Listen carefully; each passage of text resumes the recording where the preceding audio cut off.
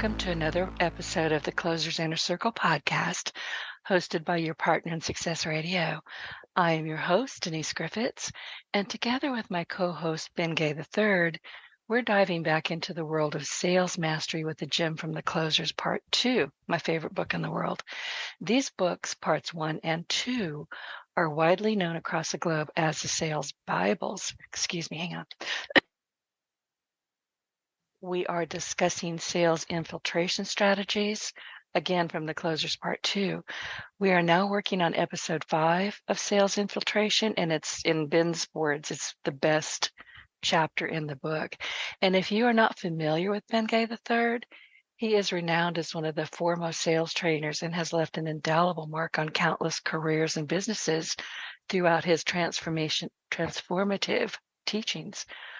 So in this week's episode, we are talking about, well, we're picking up where we left off last time, and we were talking about part 4 of this particular chapter. Now, we missed a week because it was the holidays, 4th of July holiday, but we're back and we are ready to hear from our audience. If you have questions, make sure that we have them, and I'm going to ask Ben to tell you how to get those questions to us. Ben, good morning. I missed you last week. Good morning. I did you too. It was sort of odd. It was like I was missing a hand or something when Wednesday came around and I wasn't scheduled to put on a headset and chat with you. So glad you got through it safely, as I hope our listeners did, Yeah. with all your fingers and toes and everything. This is weird. We live within normal hearing of the fairgrounds, and if they set off fireworks, I didn't hear it. It's never a big display, but what fireworks I saw were on television from Iowa or somewhere. They had a huge display, and from the Washington Mall. Short of that, it was like it didn't happen. And the kids that were in our neighborhood when we first moved here have grown up and matured somewhat, and not a single local firework. I almost felt like going out and say, "Kids, I'll buy you some. You're supposed to set off something," But but they're not. illegal. Yeah, well, they are illegal here. Not, but I said Yeah. not even a sparkler. I didn't see. It was like it did not happen. So I guess Here. that's good. They all still have the same number of fingers and toes they started the Yeah. weekend with. Well, my neighbors are not mature, and they blew up their money Wednesday, Thursday, Friday, Saturday, and Sunday. My poor dog, I let her outside for 3 minutes, turned my back for 3 minutes, get a knock on the door, and my neighbors carrying her and said, we knew this dog. Do you want her back? I said, no, not really. But they brought her in anyway. She was drugged to her eyeballs for the better part of a week. It was wretched. It Hmm. really was. So, and I kept watching these fireworks and hearing them and thinking, how much money did you just throw up into the air? I don't get it. I really don't get it, but I don't enjoy them anyway. As a kid, I did because I like blowing up things, as all young boys do. But it wasn't for the beauty of it. It was to see how high we could get the can to go in the air, or uh, whatever.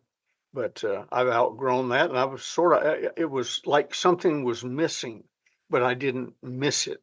I was glad it was missing. But in El Dorado County, where we are, we just had a big fire that made the national news, almost burned down our local private airport. I saw Uh, that. we have zero tolerance for anything other than supervised fireworks at the fairgrounds or at some other place, run by various fire departments. So apparently people are listening. They said not even sparklers are allowed. And I was thinking, when I was young, that would be an incentive to go get some fireworks somewhere.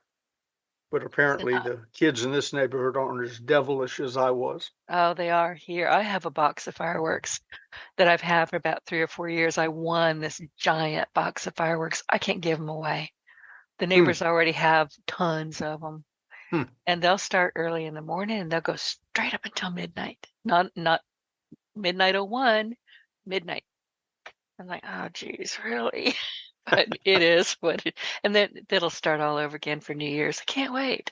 So anyway, tell people, Ben, where you have questions. I have one that came through from our friend Peter Lasecki in LinkedIn.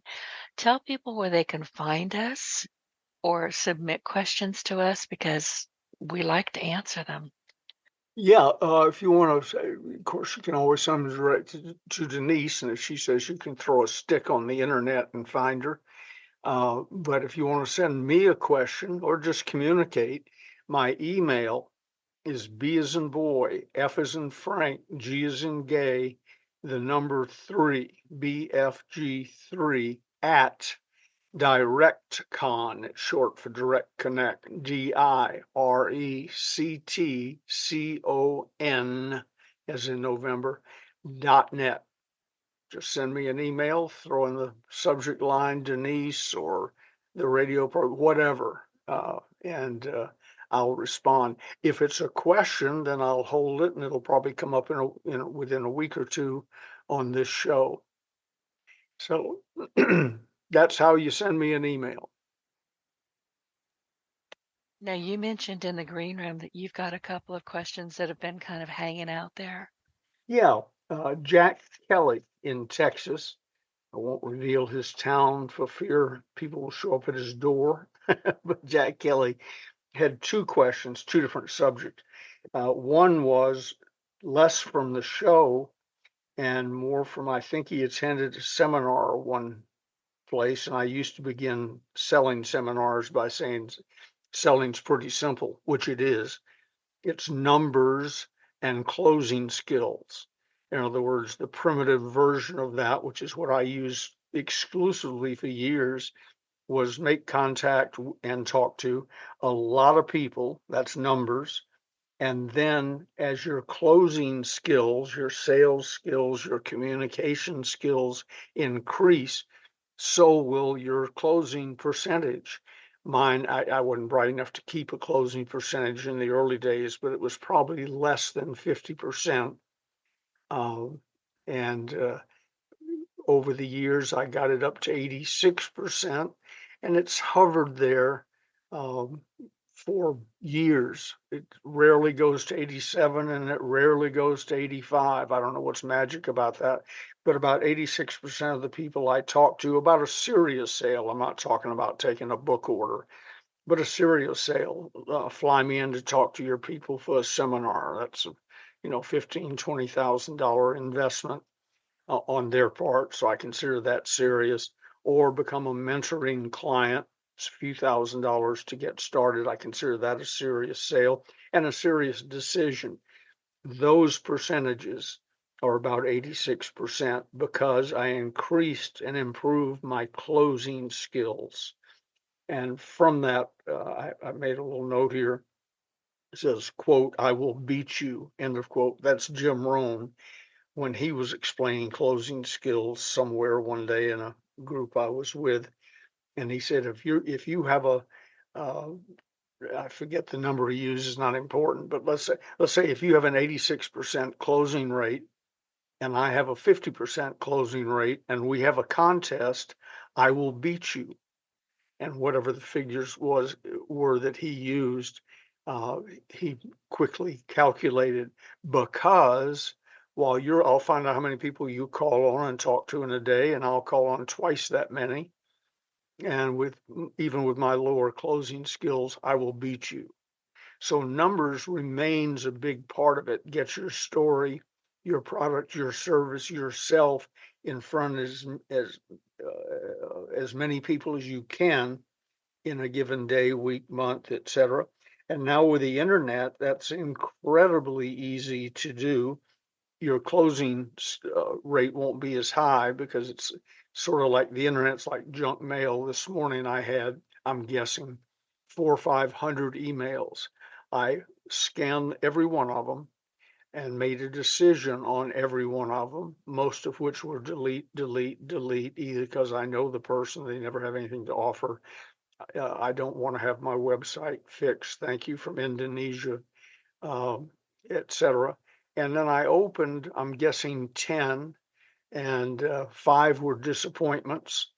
and 5, meaning not really worth my time, and 5 were good. I've already talked to 2 of them, and we'll probably talk to the other 3 today and tomorrow. So there is it's like throwing Joe Girard, the great old car salesman, used to go to events like football games and throw his business cards in the air. And we used to kid him and say, the percentage must be terrible. He said, yeah, but every handful I sell 3 cars. And so let's see, how many business cards can you get in a handful? So except for the mess that he made everywhere he went, it was actually quite effective. And so numbers is a big part of it, Jack. Closing skills is an even bigger part of it. And when you get those two working together harmoniously, you will be a winner. If you're in contest with other people, as Jim Rohn said, you will beat them. Then on sales infiltration, which we've been talking about for a few weeks, Jack's second segment of his question was, do you see uh, the sales infiltration in action anywhere, in day-to-day life, I think is what he meant. I'll give you a couple of examples. One, Donald Trump, this isn't a political statement. Whether I'm for him, against him, hate him, love him, doesn't make any difference. Donald Trump does a terribly clever thing. He can draw huge crowds, did yesterday in Doral, Florida. But some of his biggest crowds, he didn't do anything. He went where his people go. My brother-in-law was an incredible trout fisherman. And I said, David, what's your secret? And he said, I go where the trout are. Well, Donald Trump has figured that out. I saw him, I don't know, 3, 4 weeks ago at one of those cage match fighting things. And a lot of his, Rogan, I think he's always him and Joe Rogan. is that what it is? I Okay. think so. Yeah. I'm not sure. But my point is, and I'm making up numbers, I don't know how many were really there, but 40 or 50,000 people were already there. They were going to be there anyway for the fight and so on. But apparently, a huge percentage of those people are Trump supporters, MAGA people. So he went to them. And if you watched it casually on television, you got the impression, because he's a master showman, you got the impression that he had drawn that crowd and there happened to be a fight going on, when in actuality, it was exactly the opposite. They came to see the fights and he walked in. And I saw people interview say, God, if I'd known the president was coming, I'd have brought more people or whatever. So Right. that sales infiltration, go where the crowds are anyway. We raised, we were I was told at the time, the Christian Children's Fund, um, where you sponsored a child, so much money, and the kid wrote to you or was supposed to, and so on. I came in contact with Sally Struthers, who used to front that, and sort of fell in love with the concept and sponsored a few kids. And then I got these sweet letters. And so I turned it into a company project.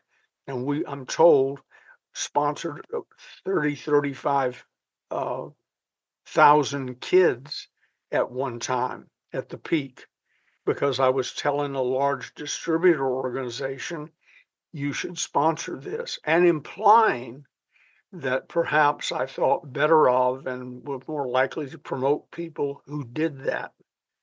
And so there was a certain amount of coercion involved, but thousands of kids got sponsored and wrote back and forth and so on. And it didn't cost me anything. I mean, I think I sponsored at the peak 3 kids because I wanted to be able to pay attention to them and write back. So I couldn't do a dozen and do them justice. So I sponsored 3 kids. I think they were $30 a month, as best I recall.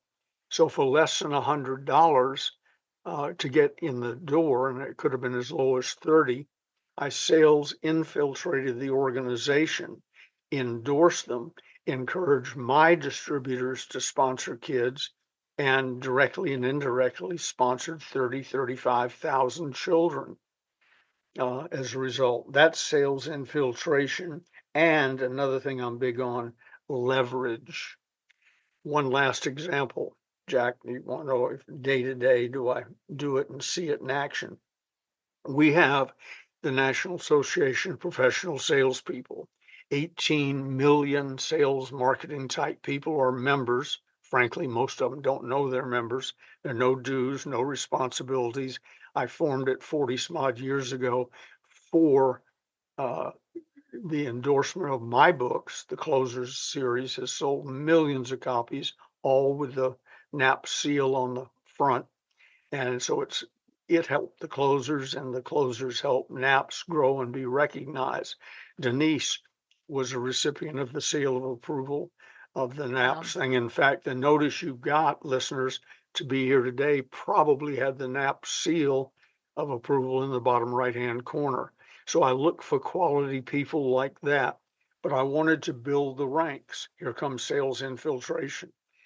I'm not some mystical God who knows more about selling than anybody else. I know more about selling and marketing than most people, but not than anybody else. I know people who are as good as better than I am.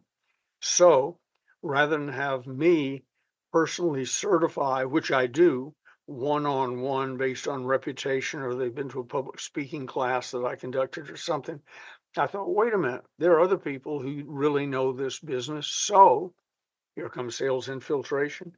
I announced, and I'm announcing here in case we have listeners who are qualified and didn't know, if you are a certified fill in the blank, anything that would fit under the heading of the National Association of Professional Salespeople, that's sales, marketing, personal development. If you're a certified trainer with one of those nationally recognized organizations, then you are automatically, all you have to do is ask for it, you are automatically a certified trainer in that subject matter with the National Association of Professional Salespeople. So we went from a few dozen books that I had personally endorsed and read, and a few dozen people.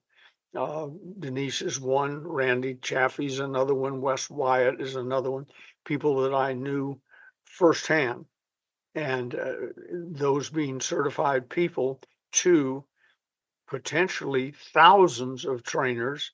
Already hundreds have asked for it. So my theory being, Zig and I worked together. Zig worked for me at Holiday Magic Cosmetics. His son Tom, who I think I've met once when his mother handed him to me when he was an infant on Peachtree Street in Atlanta, Georgia. But Tom has grown into his own, runs a wonderful organization. So if you're a certified, for instance, sales trainer with the Zig Ziglar organization run by Tom, you're automatically a certified trainer with NAPS. That's sales infiltration. That's me entering the cage fight like Donald Trump did. You're already here. You're qualified. You paid your ticket to get in. Therefore, we're together as one.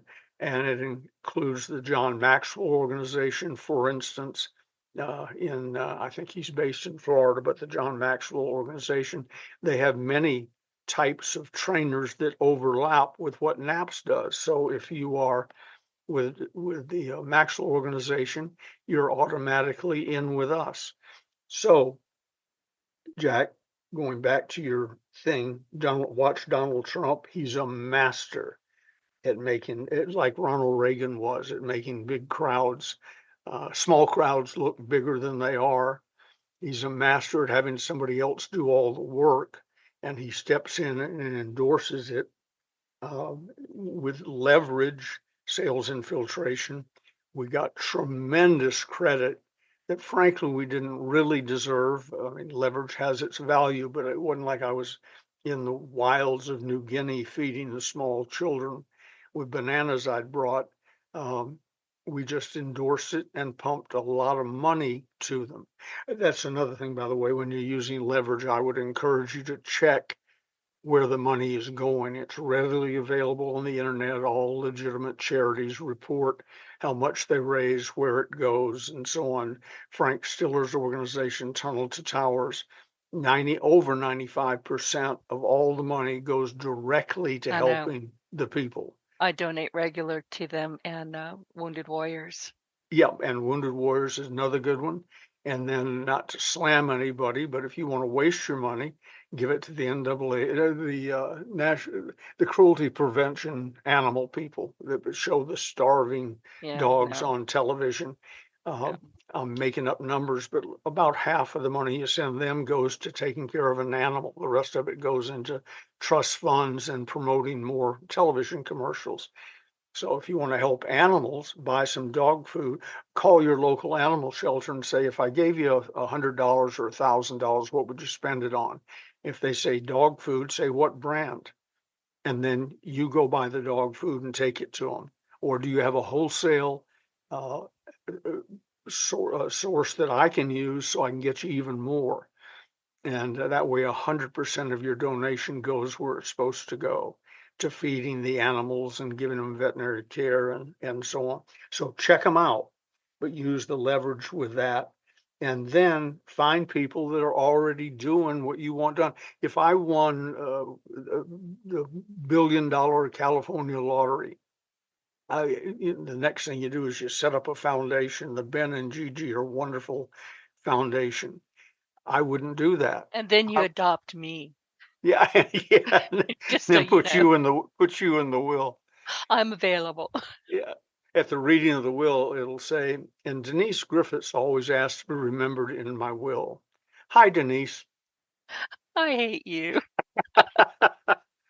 But I Oh, would no, not no, set up I'm a hurt. foundation as they do. They win the whatever Right. and they set up a foundation and they get their mother a new car and their sister a new house, and rather quickly they don't have any money left. I would go to the people who are already feeding the hungry, sheltering the homeless, whatever. What they have their structure set up. What they need is your money, and perhaps your time. So that's sales infiltration. You can be knee deep in any organization quickly, as quicker than you can imagine, by figuring out how to really help and not just stroke your ego. One day, I'm going to leave $300 in my will to have a bench set up on the main street in Placerville, California. A, because they need places to sit down. We don't have any, and B, it'll be the Gigi Ronzoni or the Ronzoni Family Memorial Bench.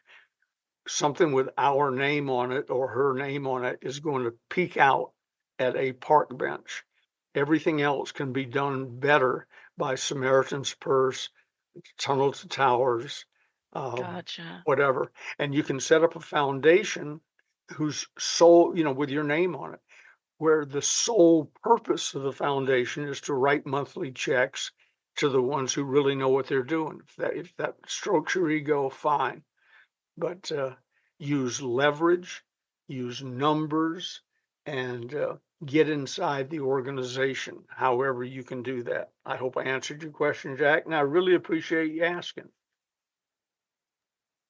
I did a little bit of searching because I knew that it wasn't necessarily Joe Rogan when you're talking about, Trump walk. And I've seen that. I've seen it on Twitter. It's the UFC with Dana White, and Joe Rogan is often there. So I Uh, see it on the Joe Rogan show. That's why it stuck with me. But Trump is there quite a bit. President Trump, he shows up and the crowd goes nuts. yep. He was another one I saw him at the other day, a month ago, let's say. He went to a NASCAR event and walked on the field unannounced. I mean, it was announced maybe 30 minutes before he got there, but there were going to be 100,000 people at the NASCAR event anyway. And here comes Trump, and those are his people, um, working class people who are watching something that's exciting and so on, like cage fighting.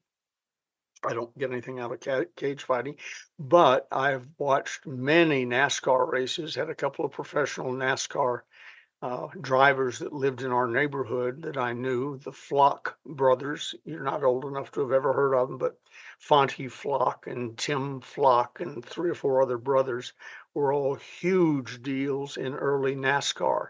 they lived in our neighborhood. So when Trump walked out on the field, in the infield, at a NASCAR thing, it even got my attention. I went, wow, NASCAR invited him. And then my marketing hat came on and said, no, they didn't invite him. They just didn't block him. He went where the 100,000 people were, where Right. he knew he'd be on the big screen and so on. That's sales infiltration at its best, and a little different than most people look at it when they think strictly of selling. Well, but it is selling. He is Yes. selling his personality. He is selling his availability. He is truly, and I don't care what you think of him. It's not my business. I know what I think of him. But when he shows up, he just to me radiates love for America. He Hmm. loves this. You can argue all day long. You may not like his policies. You may not like his hair. I don't know. I don't care. But he loves this country. There's no Now, question in my mind about that. the I've had several good hairstylists over the years, and it's thinning a bit, so I don't care as much as I used to, but my hair used to be a bigger part of my life than it is now. And every time I see Trump, I thought, God, I've got to take you to Maryland. She's my current hairdresser. Just give her 10 minutes. We, we could stretch and make that an event. Don't suddenly show up one day and everybody goes, oh, look, he changed his hair. Have a hair cutting event. You have to pay $10,000 to be there when he gets his hair trimmed. But and you look back at his younger pictures before his hair started thinning, that hairstyle didn't treat him well then either.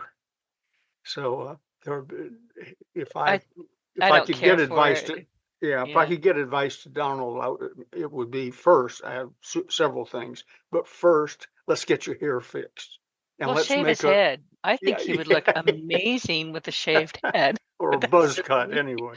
Yeah. Yeah. Well, listen, we do have another. This one was from Peter, and I saw it this morning on LinkedIn. And basically, he said, I wonder what Ben's thoughts on the shift in selling that is happening now. And he referenced a company called Gartner. And I'll be honest with you, I don't know who they are, but Gartner, Gartner, reported 72% of all B2B, business to business potential buyers want a seller free experience. And he wants to know if he could get some of your feedback on that. I'll be honest with you, I don't want a seller free experience. If you're going to sell me something, I want to be able to assess what you're selling me. But that's just me. So, Yeah. what are your thoughts? Well, the question, the way I interpreted it, sounded a little bit like there's something new going on. Um, that's been going on forever.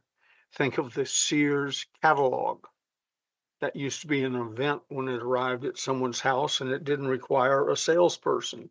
Meanwhile, side by side with the Sears catalog, we had the Fuller Brush salesman. And he or she, I think they were all he back in the day, the Fuller Brush man, when he showed up, it was a one-on-one presentation starting out either with an appointment or knocking on the door, making an appointment, coming back. But that was face to face, but he always left his catalog. So you had the Fuller Brush catalog, the Sears catalog, the Montgomery Ward catalog, the Right. J.C. Penney catalog. All of those were salesperson free. You just ordered what you wanted and stuck it in an envelope and mailed it in. I changed that by starting the 800 call center industry. But even then, the concept was the same. My closing rate, 86%. The closing rate of the people in the phone room, our telereps, 150 at any given time, was almost 100%. Were they better than me? No. They were talking to people Yeah. who got something in the mail, saw an ad, looked at something on television, or God forbid, Elvis died, which he did while we were carrying 3 different Elvis promotions, records, and jackets, and so on from 3 different companies. And we almost blew out the phone service in this area 24 hours a day, 7 days a week. For a couple of weeks, we didn't have an open phone line. If the light went out because the call was over, it flickered and came right back on. those people didn't need to be sold. Hi, I love Elvis. He died. Send me a shirt. That was the sale. So they closed 100%. That's wonderful. The person who opened the envelope at Sears, after you got the catalog and sent in your order, they closed 100%. They opened the envelope and filled out what you wanted. If, however, you wanted a more serious purchase, washer, dryer, refrigerator, whatever, you tended to go to the Sears store and talk to a salesperson who guided you. Gigi and I, when we first got together, walked into our local Sears store, and a nice lady named Pam, don't remember her last name in the store, nor Pam, neither one are there anymore. But I walked in, I said, hi, we're newlyweds. Let her get over that for a minute since we were both fully grown adults. We're newlyweds. We need a washer, a dryer, a refrigerator, and a freezer, but I need your expertise. What would you suggest? She asked about 3 questions and went over and said, this washer, this dryer, this freezer, this refrigerator. And I said, great. When can you deliver those 4 items? And she told us. So we had a sales experience. It went very well because I used to sell washers and dryers and so on at Macy's years ago. I just wanted somebody who could guide me with the latest technology. If, however, you're trying to sell me a computer like I'm staring at right now, I need lots of guidance or a promise that when I click on, it'll come on. I won't have any questions. It'll be self-sufficient. So the salesperson is needed in some situations, like they always have been and always will be, and not needed in some situations, like they never. Today, if you want a frying pan that doesn't stick or allegedly doesn't stick, they all stick rather quickly, and you use spam or spray or whatever that stuff is, Pam, on all of them if you really want things not to stick. But Bacon grease all the time. yeah, yeah, and it tastes better. It Uh, does. the If you want a nonstick pan or a whole set, you watch television, pick up the phone, dial the 800 number, or go to their website. Bang, you're done. You don't need a salesperson. But when I sold the very first Teflon pans in the early 60s at Macy's, we had to have a lady from the company come in and fry eggs all day long to prove to people it really wouldn't stick. And she got a new pan every morning, which was my first tip off. There was something wrong with it. At the end of every day, she said, who wants a pan to take home? And she'd give away the one she'd used. Isn't it okay? Well, it's okay, but it's not quite as non-sticky as it was this morning. So, I watched that evolve out of needing a salesperson to sell it. Now they use a salesperson on television, high pressure, do this, this is the best, blah, blah, blah. But nothing has changed. I'm always been at, how has selling changed in your career? And the answer is, hasn't changed at all. The products have changed. Some of them are more technical or less technical. Some of them are now a commodity like salt. You don't need somebody to sell you salt. And others still require some exclamation. Or But toilet paper. What's that all about? I don't watch yeah. TV. This is a big issue for me. I don't watch TV, so I don't see commercials. I turned off cable in 2010. But when COVID hit, I mean, I couldn't go anywhere on the internet. Oh, you've got to buy this kind of toilet paper. It's toilet paper. Just bring me some. I'll store it in the garage. when I the could COVID not understand it. yeah, and people you think pretty much had figured that out before COVID. Uh, when it hit and they said the grocery stores are, shelves are empty, I went to I'd never been in it before, but it's a Placerville janitorial supply company. And I thought, well, they're calling on, gas stations and roadside this and so on. I bet you they have some. So I went in and I said, "Do you have any toilet paper?" And he said, "Yeah." He said, "What's going on? You're the 10th person who's come in here this morning and asked me that." I said, "Well, apparently there's going to be a shortage. What have you got?" And it was a pretty big package, I guess, 40 rolls or something. And so I took it. I opened it far enough to see it was the toilet paper that uh, they assume they're never going to see you again after you use their public toilet. Uh, Yeah, they're not that trying stuff to will impress you. hurt Yeah, you. yeah, they're not trying to impress you or lure you back with their No. toilet paper. But that's the bad news. The good news is I still have that. COVID's been over 2 years, went on for years. So I guess my package is 4 years old. It's still sitting in the garage, except for I tore the corner to get into the look at the first roll. It's never been opened. And Gigi says, "Are we ever going to throw that away?" I said, "No, I'm not going to, when the next COVID You can strikes, sell it. You can yeah, either barter it. sell it, yeah, swap it out for food." But I'm not going to be the guy at the Placerville Janitorial Supply begging for toilet paper again. The next thing will happen is a rat will drop by and chew on it, and then they'll turn it into nesting material. Oh No, God. I fell for that. But there are degrees of toilet paper, Denise. If you want a cheap roll, uh, remind me and I'll send you one of ours. No, no, it's okay. I'm actually picturing it in my head and going, "Bleh." Yeah. So Or just tear a page out of your Sears catalog if you still have one. That's similar to this toilet paper that I have. my grandparents had an outhouse because they were farmers, and they had an old outhouse that Mhm. if kids couldn't make it back in from wherever they were playing, they would just go to the outhouse. And there were old catalogs out there. The big complaint that I always, because I was smart, I knew how to measure my steps. Where did I need to pee? I was not going in that outhouse. And they would always come out, that stuff's shiny. It's like, what? Yeah. You couldn't, it didn't work. It uh, just didn't work. Better than nothing, but not much.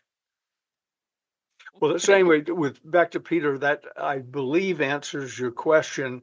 It may not have been the guru type question you wanted, but they've been asking this of the salesperson the same thing they were asking the Yankee peddler a couple hundred, 300 years ago. Their question is always, "What's in it for me?" They listen to radio station WIIF-M.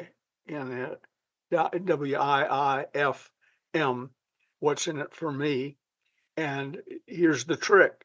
If your ad or your direct mail piece or your television commercial answered what's in it for me clearly and concisely, they don't need a salesperson. It's when they're not clear on what's in it for me that they need us. And the good news is they will always need us. There are always new products coming on the market. There are always complicated products. There are always, and one that reoccurs and reoccurs and reoccurs is a car. You can order a car online, unseen, untested, and so on. I personally would not. I want to walk around it, look at it, and if not test drive it. I haven't test driven the last several cars that I bought because I knew the dealer and I figured if there's a problem, I'll know it before I get home. I'll come back. But there's one where I want a little guidance. And I've bought, if only to give away, hundreds of cars, about, I'm guessing 600 luxury automobiles over the years. I'd still like, until I know and trust the salesperson, I still want a little guidance and explanation, and probably always will. But then, Peter, we get back to the truism of selling. People buy from people they know, like, trust, and with whom they feel safe. That's the bad news. The good news is if you're really good, you can accomplish all four of those in about 5 to 10 minutes. And you better do it because most sales are made, lost, or heavily influenced in the first 15 to 30 seconds when they look at you. Were you on time? How are you dressed? How did you greet my secretary or me or whatever? And how does my computer-like brain compare you to all the other people I've met in my life? And do you come up in the group I tend to like or in the group I tend not to like? We had talking about sales infiltration. We had a guy up here in real estate named John Pearson. married to a lovely lady who was the sort of the grande dame of real estate people in El Dorado County. I came up here to do a sales training seminar 50 years ago, and for the company John worked for. They had 2 or 3 developments. And so I did sales training, and during the day, I think I had lunch with him, met John Pearson, and I just loved him. He's sort of the Roy Rogers of selling. If your listeners are old enough to remember Roy Rogers, he had Roy Rogers' eyes, a trusting smile, good looking guy. You felt safe. You instantly knew, liked, trusted him, so on. So I went back home down in Marin County and I was talking to my wife. She had just become a pilot, not Gigi, my first wife, who's since passed away. She had become a pilot, and I hired a lady uh, to fly with her. Ray Robertson was that's a W-R-A, Ray was flew bombers to Europe during World War II, didn't do bombing runs, but she could have, but they restricted her to delivering the bombers to the real bomber pilots and so on. And she did the same thing in the Pacific, fighting the Japanese. She was really something, a friend of Amelia Earhart. She was one of the founders of the 49ers, those are the people who fly in the Powder Puff Derby, uh, coast to coast every year, women. So we wanted as a publicity stunt to send Marcia into the Powder Puff Derby, but she didn't have enough experience. I wouldn't trust her to solo hardly. So we thought maybe that was a little risky, as did she. And so I ran an ad, met Ray Robertson, hired her to be uh, Gigi's co-pilot or pilot, and Gigi was the co-pilot. And they went, they bought him a brand new airplane. They joined the Powder Puff Derby and had a wonderful time. Both of them talked about it till the day they died. It was one of the highlights of their life. And then one day I said, you know, as much as you guys love flying and you're always looking for some place to fly to have lunch, let me suggest that you fly up to Placerville. Cameron Park was actually where John worked, but same thing. Fly up to Placerville and have lunch there, maybe meet John Pearson. I know he would host you. And they said, wonderful. And they did.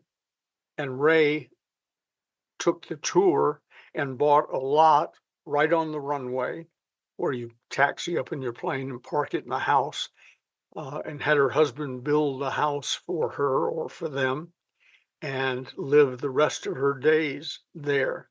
Then when we hit hard times, and I lost the business and the house and the cars were towed away and everything back in 75-ish, I said, okay, I'm going to start a new deal. It's going to be an 800 call center or whatever we call it then. I hadn't invented the industry yet, but an 800 call center, and I can locate it pretty much anywhere. Where do you want to be? And Marcia said, I want to be up near Ray. So that meant moving to this area 50 years ago. And we moved to this area, and they both happily lived out their days. This story has a punchline having to do with sales infiltration.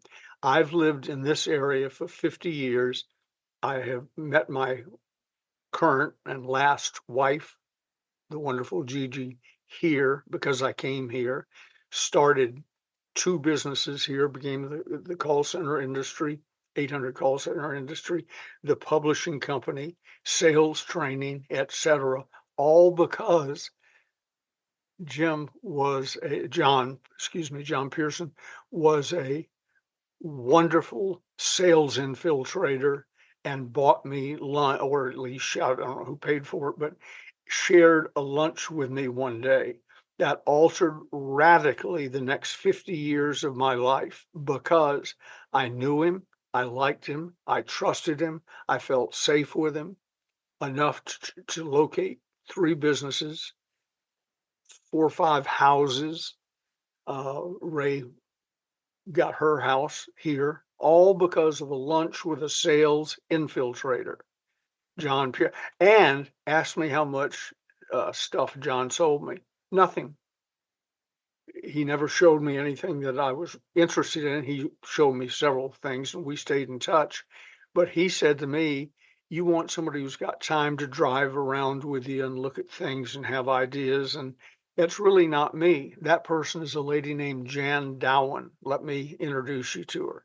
And the next 3 or 4 houses I bought all were from Jan Dowen, all because John Pearson gave me a wonderful hour and a half of his time over lunch. That's sales infiltration at its best. And let's go back to what Peter said and then go back to what you just said, because the whole time we've been talking, I've been thinking that I would, I mean, I understand that, there are way you don't want anybody messing with you. You just, give it to me. I'm going to go to Amazon. I'm going to order it. It'll show up on my desk tomorrow. Okay, good. But and I did a little bit of searching before we got on, and basically I came away with according to this report, that sales leaders and organizations need to adapt their strategies to meet the changing preferences of buyers, leveraging digital channels, which we all do, and emerging technologies to provide the seller-free experiences that many B2B buyers now desire. However, I'm going to call baloney on a lot of that. If you, I, Good. I am, and I don't know the report, and uh, you know, I'm probably going to get phone calls, so just send them my way. But the thing is, you want to connect with, however you got there. Maybe it was through a great landing page, maybe it was a digital strategy, but there's some point you're going to want that human connection, and you're going to want to have somebody that you connect with, you like them, you trust them, you have good reports about them, or you just feel in your gut that they're good. Maybe you started out with no contact, but you've got to have contact at some point, I think. Unless it's, you're buying a journal on Amazon, it's going to land on your desk. I get it. Yep, But there's going to be some important things that you need a person. absolutely. We get stuff frequently, but I got 4 bottles of Mitchum underarm deodorant, clear, scentless, and I've never tested it, but allegedly lasts 48 hours. It's my favorite deodorant. The local store is frequently out of it. And Gigi said, "Why don't we order it on Amazon?" I never thought of that. You get it at the grocery store. So I said, "All right, give me 4 bottles. That'll be a year or two's supply probably." And she did, and it was here in 2 days. I didn't need a salesperson for that, although I might have seen a television commercial years Right. ago that told me it was 48 hours and didn't stain your clothes and didn't change how the aroma around you and so on. Somebody may have sold me on the concept through marketing, but I didn't need a salesperson for that. But there are lots of things I do. I wanna go to the store and find somebody. Among my first questions usually is, "How long have you been here?" "I just started last week and I'm so excited." I say, "Okay, get me someone who's not so excited, who's been here 3 years." That's who I wanna talk to, Right. who's been there long enough to know the products, know the problems with them, because within 3 years, they've started coming back if they're ever gonna come back and so on. And so, Peter, the real answer to your question is there's plenty left over after all the people who like to deal with order takers and can deal with order takers. There are plenty left for us, the sales professionals, to work with. And the good news is, therefore, it requires some skill or expertise, or we wouldn't have been hired to do it. And 2, you're dealing with some harder nuts than average, or some other order taker would have gotten the order first. So it just, from my earliest days in selling till today, the shifting marketplace has had no effect on me at all, other than the computer and the internet makes things faster.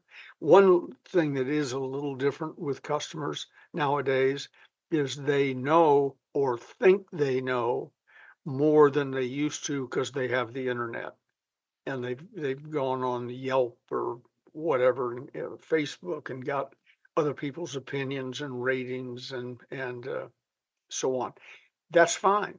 It makes the sale, it may cut down the whole pool a little bit, but I repeat, there's plenty left. And it may save you some time because they're semi-educated. and they'll appreciate having their misunderstandings adjusted if you do it smoothly. You know that, well, they said this product will do so and so. Well, I don't know who told you that, but it won't. So here's what I've learned from my fill in the blank 40, 50 years, 2 years, 5 years experience. It won't. It'll do this and so very well.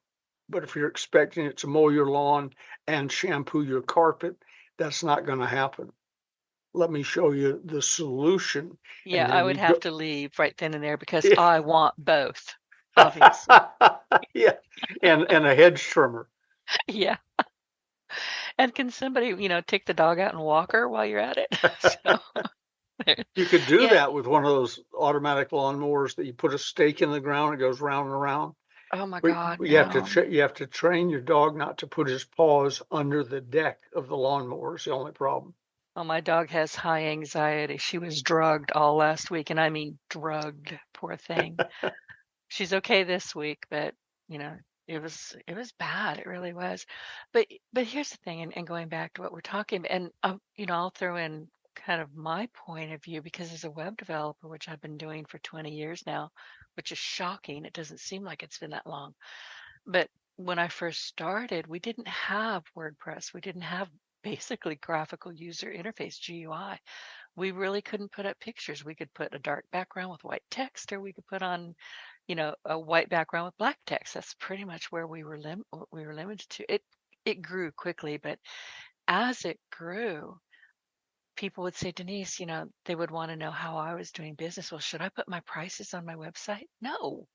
Mother of God, no. You first of all, you have to have a conversation with people, and what you're going to find out, and I promise you, you're going to find this out in the first 15 minutes. When you get on the phone with them, it's a consultation, it's free, there's no charge. They're going to tell you what they want done. They want it to look like this, with that, that, that, that, that. By the time I'm through with them, they didn't need any of that and certainly didn't need most of it. And all of a sudden they're like, oh, you have to educate them as Yeah, to what your site can really do. Who is your audience? You have to ask a lot of questions. And I will never take a client straight out of the chute. I'll say, listen, I'm giving you homework. Go home, sit down, figure out who your audience is, and more importantly, what's in it for them. Because if you don't know, you're going to have a really pretty boat anchor. That's all you're going to have. yeah, So, something to impress your friends with. Oh, that's yeah, yeah, lovely. that's in that party. Denise built that. No, Denise didn't because she doesn't want you mad at her. But you have to, as humans, we have to be somewhere, I think, in the sales process. Even if it's you saying, I'm sorry, I can't help you, but I can send you somewhere else. Right. Yep. The become the go-to person, which is also part of sales infiltration. Uh, Become the person they ask. And we've discussed this before, but one of the greatest things that I've developed is becoming the go-to guy so I can either help them or do them a favor and send them somewhere else. But mainly, the benefit is I get first look at lots of things. I get first look at a product that's not going to hit the market for a year, which gives me an opportunity to guide it, help it, invest in it, etc. I knew I didn't know what it was called, but when AI burst onto the scene and it's going to change our lives and everything. So far, it's aggravating, but it will get better and it'll cure cancer. And I understand all the advantages. But because a client came to me and asked me to do writing for them. I was in on AI long before anybody else knew what it stood for. And that was because I'm a go-to guy. And he paid me to start writing for them before that they were ready to go. Wonderful man, wonderful company. Everything's great about it. The favor they did me was I was way ahead of the power curve. I'm not a techno geek now, never will be, but at least I knew what it was and could guide people to and away and adjust their attitude towards things. And I also now know that AI was around long before I heard about it there. Send a message to someone on spell check, with spell check, and watch it anticipate because you tend to write a certain Yeah. way. Watch Grammarly, it. same thing. Yeah, watch it instantly. I have one sentence I frequently use. I won't share it here because people say, "You sent that to me this morning." All I have to do is hit the first letter in part of a sentence, and it fills in the next one, two, three, four, 5 words. That's that's AI. Oh, I'm afraid of that. That's terrible. You've been using it for quite some time. It just didn't have a name, and it's gotten bigger and more sophisticated, and in many cases more aggravating. I can always tell when we share a large office. She's within earshot most of the time, and I can hear her say, "I want to talk to a live agent." Live agent. Same thing. I never yell. I don't yell at people. I don't yell at my dog, my cats, but I will yell at that automated thing. I mean, I am screaming bloody murder. By the time they get to me, they're like, "Hello, how are you?" "I'm fine," because I'm Yeah, yeah. spent. Give me just a minute. I need a sip of water. My throat is sore. But I'm the same thing. Give me a live person, damn it! When I get to the damn it, that's about the time they open up and go, Yeah. "Hi." Hi, Oh, this is jeez. Nancy. Why are you I yelling always cuss words in my ear? yeah, and I told one woman, I said, "Do you guys really record these?" She said, "Yeah." And I said, "Well, you're gonna love me." So I The can, good you know, news that they record it, but they don't listen to them. I mean, no, there's God, I percent they hope don't have, not. you'd have to hire half the world to listen to the other half of the world. When I was doing work in prisons at San Quentin and Lompoc, the people used to uh, fear being recorded because the calls could all be listened to as the visits could be listened to. And so you didn't want to announce your next bank robbery on the phone to somebody on the weird chance. But when I got behind the scenes and saw how few guards there were listening to how many thousands of outgoing phone calls, one of the guards used to complain. He said it was a nightmare. I had to monitor phones last week, and I spent 2 days monitoring the camp. That's white collar. They could just walk away if they wanted to. There's no fences. Many of them drive prison vans to town and so on. And I said, well, what's bad about that? He said, everybody's talking about their art collections and so on. He said, I want to be in the big house where Bruno is talking about killing Vito. So I'm guessing that art collection was, code for something else It might have entirely, been. but Yeah, who it might have been. knows? Yeah. Another a friend of mine in there said, you can't run a business from inside prison. So he would say, I'm forbidden from running a business. But if I were in your position, here's what I would do, which was code for I am the business, I own the business, you work for me, go do this. Or tell them this as a suggestion. I don't care what they do. Right. People are sneaky. We're tricky. Humans are tricky. We really Yeah. are. Anybody who doesn't think that, mm, good luck to you. Well, we are out of time. Um, and we're going to be coming back into sales infiltration next week, but I think we covered a lot of territory here. We Well, we didn't do a really lot go of by it the because, pages, but yeah, we're a lot of it, this reminds me of that or whatever. right, right. We've done stuff in full, and then a call or two later, we get to the page that was really on. But this reminds me of that and this story and so on. But Peter, one last thing to you. Don't overcomplicate it. Don't make a bigger deal out of the changing world than it is. It's just common sense. And if nobody had told you it was changing, you wouldn't have known. It happens so gradually, and you adjust so gradually. Everything will be fine. Times that, sales is sales, sales are sales. I'm not sure which is correct. I'm going to go with both of them, but it is sales. Sales is what it is. But remember that commercial that I talked about years ago? Old Cajun guy, and he had the tire center. I can't remember the name of it, but big, swarthy, loud Cajun guy. And he would wear a red jacket, and he would stand in front of these stacks of tires and say, tires ain't pretty, but you got to have them. And I've never forgotten that guy. It's like, tires ain't pretty. I know. I mean, you can't argue with that logic. You do have to have them, but same thing. But anyway, we will pick up next week, back in this same chapter. And if you have questions for it, I started to have to say something and I forgot what it was. I'll cover it next week.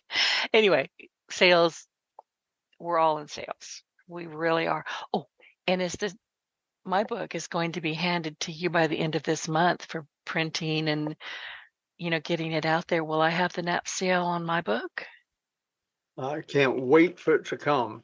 Me too. Denise is writing a book on podcasting, how to do it, what not to do, what she's learned over the past, how many years, Denise?